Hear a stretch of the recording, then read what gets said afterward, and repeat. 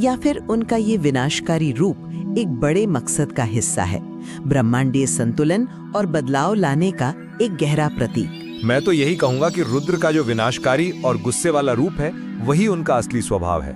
संतुलन और बदलाव तो उस विनाश का मतलब एक नतीजा भर है, उसका मकसद नहीं। और मेरा मानना है कि अगर हम स्रोत को ध्यान से देखें तो रुद्र का विनाश सिर्फ एक जरिया है।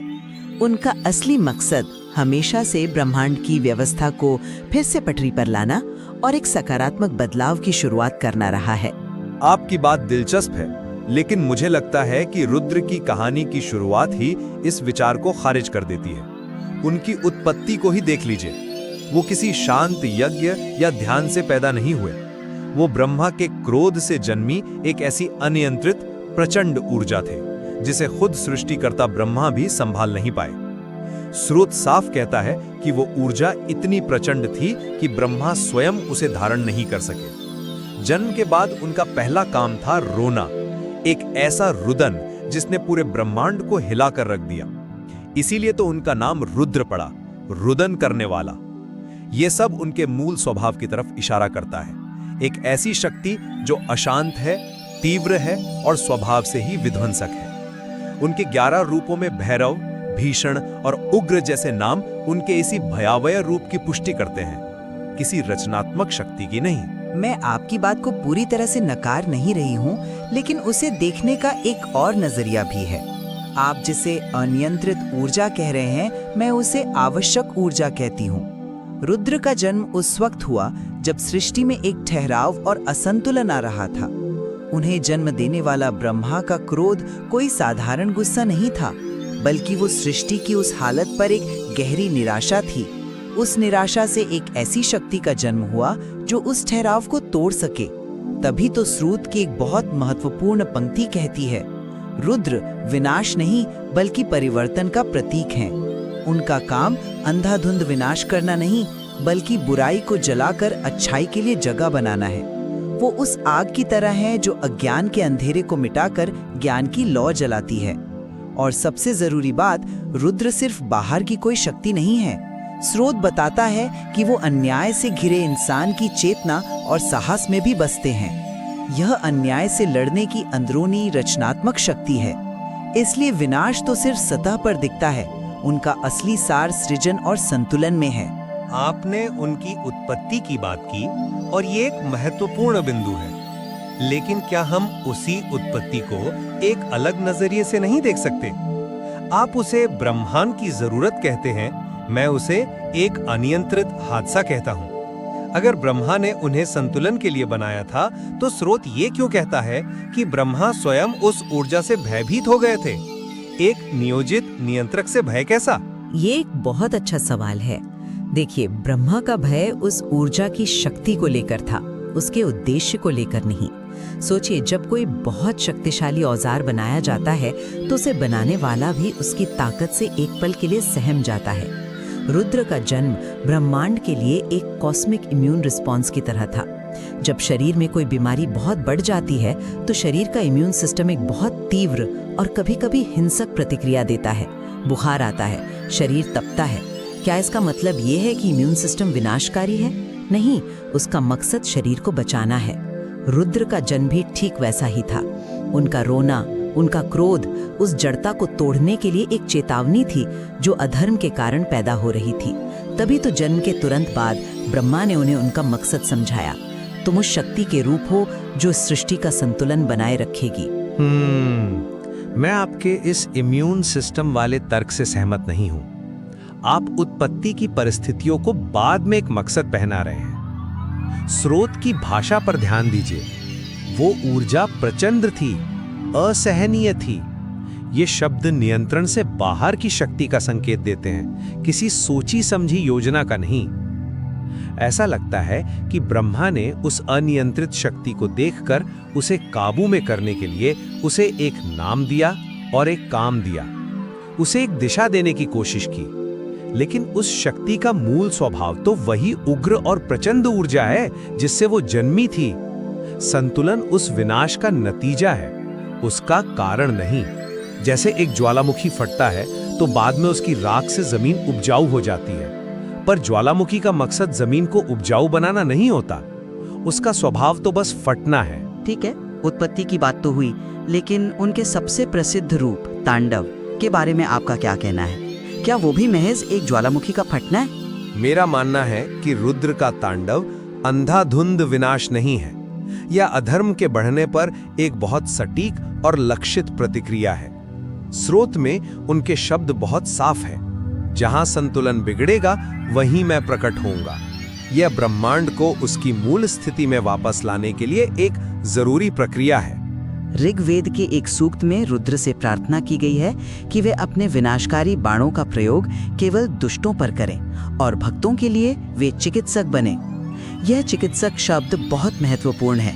यह विनाश को एक उद्देश्यपूर्ण इलाज करने वाली क्रिया के रूप में दिखाता है, ना कि अंधाधुंध क्रोध के रूप में, जैसे एक सर्जन शरीर से कैंसर को हटाने के लिए चीरफाड़ करता है।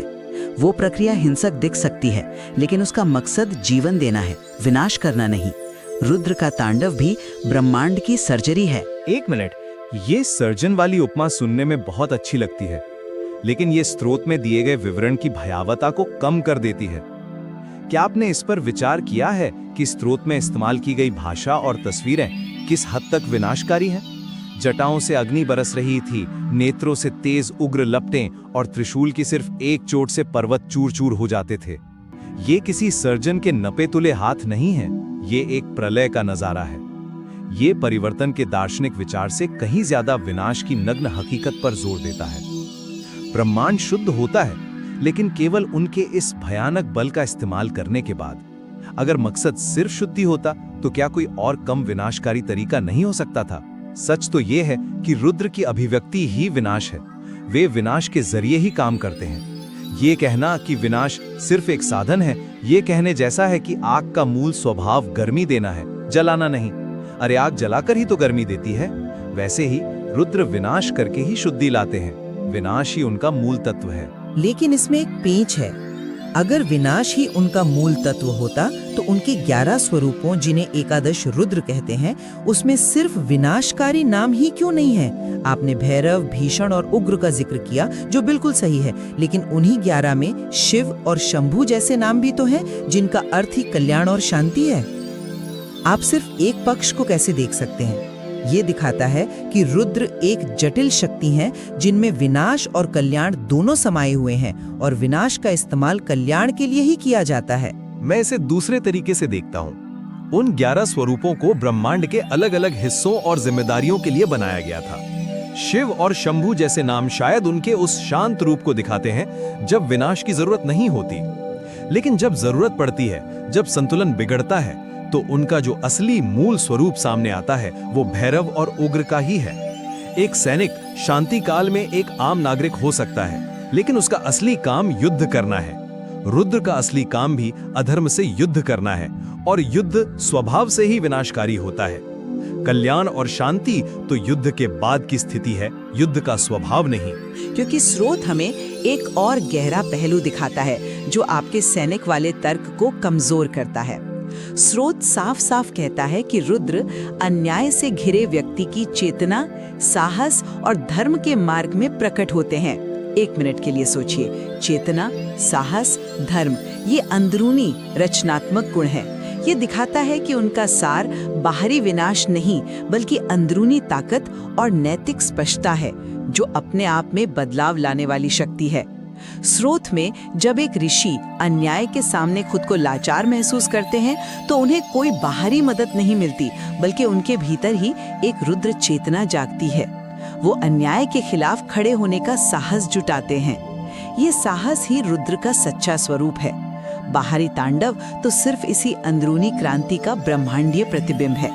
उनका मूल स्वरूप सृजनात्मक साहस है, सिर्फ भौतिक विनाश नहीं। ये बात मुझे हमेशा से आकर्षक लगती है, पर मैं इसे दूसरे नजरिए से देखता हूँ। वो अंदरूनी आग या साहस जिसकी आप बात कर रही हैं, वो उसी उग्र और कठोर ऊर्जा का एक रूपक है। ये अन्याय को नष्ट करने और अंधकार को जलाने की इच्छा है। ये उनके ब्रह्मांडीय विनाश का ही एक मानवीय स्तर का प्रतिबिंब है। मूल तत्व वही रहता है, एक विरोधी शक्ति के खिलाफ निर्देशित एक उग्र, शक्तिशाली और आखिरकार विनाशकारी बल। जब कोई इंसान अन्याय के खिलाफ साहस दिखाता है, तो वह उस अन्यायपूर्ण व्यवस्था को चुनौती देता है, उसे तोड़ने की कोशिश करता है। यह भी एक तरह का विनाश ही है, पुरानी गलत व्यवस्था का विनाश ताकि नई का सृजन हो सके। लेकिन प्रेरणा और क्रिया दोनों ही विनाशकारी ऊर्जा से आती हैं। इसलिए चाहे वो ब्रह्मांड के स्तर पर हो या व्यक्तिगत चेतना में, रुद्र का सार एक शक्तिशाली विध्वंसक बल ही रहता है, जो किसी चीज को खत्म करने के लिए ही प्रकट होता है। लेकिन क्या हर विनाश नकारात्मक होता है? जब एक मूर्तिकार पत्थर के एक टुकड़े को तोड़कर, छांटकर एक सुंदर मूर्ति बनाता है, तो क्या वो विनाश कर रहा है या सृजन? वो पत्थर के अनावश्यक हिस्सों का विनाश कर रहा है ताकि उसमें छुपी हुई मूर्ति का सृजन हो सके। रुद्र का विनाश भी ठीक ऐसा ही है। वो ब्रह्मांड के अनावश्यक अधार्मिक हिस्सों को हटाते हैं ताकि उसका सच्चा संतुलित स्वरूप सामने आ सके। उनका हर प्रहार सृजन के लिए होता है। एक मिनट, आपका ये कहना कि विनाश ही सृजन है, ये एक बहुत गहरा दावा है। लेकिन मूर्तिकार के उदाहरण में उसका इरादा और नियंत्रण पूरी तरह से सृजन पर होता है। वह जानता है कि उसे क्या बनाना है। लेकिन रुद्र की जो तस्वीर स्रोत खींचता है, वो एक अनियंत्रित शक्ति की है। उनका क्रोध ऐसा है जो सब कुछ भस्म कर सकता है। अगर ये सच है, तो फिर मोक्ष और शुद्धि की धारणा का क्या वे सिर्फ एक सुखद दुष्प्रभाव है? मुझे लगता है हाँ, उनका काम है सिस्टम को रीसेट करना, और कंप्यूटर को रीसेट करने का मतलब है पुरानी हर चीज को मिटा देना। बाद में आप नया सॉफ्टवेयर डालें, वो अलग बात है, लेकिन रीसेट का काम मिटाना ही है। रुद्र ब्रह्मांड के हार्ड रीसेट बटन है। तो आज की चर्चा से ये साफ है कि रुद्र के तरीकों को विनाशकारी कहा जा सकता है, लेकिन उनका अंतिम मकसद, जैसा कि स्रोत बार बार बताता है, संतुलन बनाए रखना, सत्य का मार्ग दिखाना और ज्ञान का प्रकाश फैलाना है। उनका विनाश असल में शुद्धि का एक रूप है, जो उन्हें ब्रह्मांडीय परिवर्तन का सबसे बड़ा प्रतीक बनाता है। वे उस शक्ति के प्रतिनिधि हैं जो सड़ी गली व्यवस्था को हटाकर नई और स्वस्थ व्यवस्था के लिए जगह बनाती है। और हमने ये भी देखा है कि रुद्र की उत्पत्ति, उनका नाम और उनकी सबसे शक्तिशाली अभिव्यक्तियां एक उग्र और विनाशकारी शक्ति में ही जड़े जमाए हुए हैं। भले ही ये शक्ति संतुलन जैसे अच्छे नतीजे ला सकती है, लेकिन ये उनका अंतर्निहित विनाशकारी स्वभाव ही है जो उन्हें परिभाषित करता है। परिवर्तन उस विनाश का नतीजा हो सकता है, लेकिन विनाश ही कारण है, और उनका प्राथमिक गुण भी, उनकी शक्ति का मूल स्रोत ही प्रचंड और अनियंत्रित है। ये स्रोत सामर्थ्य रुद्र को एक बेहद जटिल शक्ति के रूप में दिखाती है। उनका सार विनाश की आग है या उस आग के बाद आने वाला बदलाव का उजाला, ये सवाल शायद उनके रहस्य के केंद्र में हमेशा बना रहेगा। और यही हमें शक्ति, बदलाव और ब्रह्मांड की व्यवस्था पर गहराई से सोचने पर मजबूर करता है। क्या विनाश के बिना बदलाव मुमकिन है, या बदलाव खुद ही विनाश का एक दूसरा रूप है? ये सवाल